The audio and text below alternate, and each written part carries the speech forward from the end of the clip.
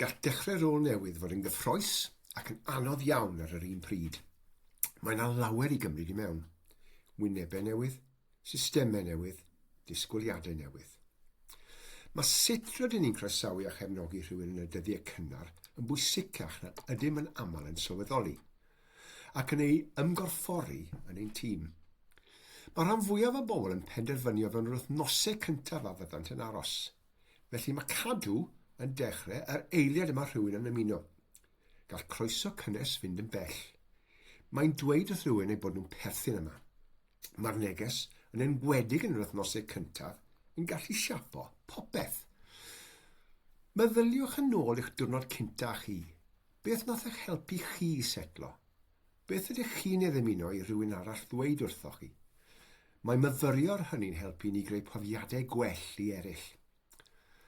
Pan fyddwn yn cael gwared ar ansicrwydd, rydym yn lleihau straen a meithrin hyder.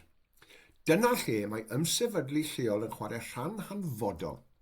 Mae sefydlu corfforaethol yn gosod yr olygfa, ond yn eich tîm yw'r lle ble mae pobl yn dysgu sut i wneud y gwaith mewn gwirionedd.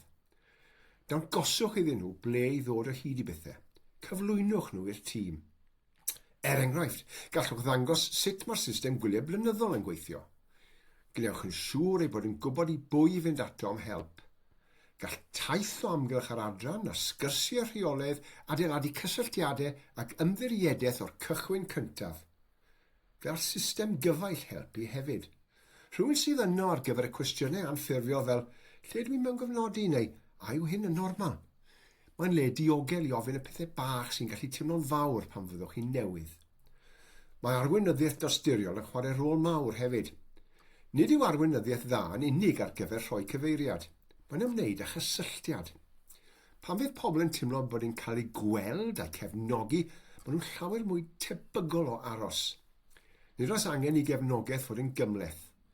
Dim ond angen iddo fod yn feddylgar ac yn gyson. Croesawch nhw yn ofalus. Cerddwch nhw trwy'r pethau sylfaenol a sgyrsiwch gyda nhw. Cynigwch gefnogaeth a dangoswch iddyn nhw ei bod yn bwysig. Gwaith pawb yw ei wneud i rywun deimlo croeso. Mae cefnogi pobl newydd yn adeiladu hyder, cysylltiadau, tîmau ac amgylchedd gwaith lle mae cydweithwyr eisiau aros. Eisiau dysgu mwy?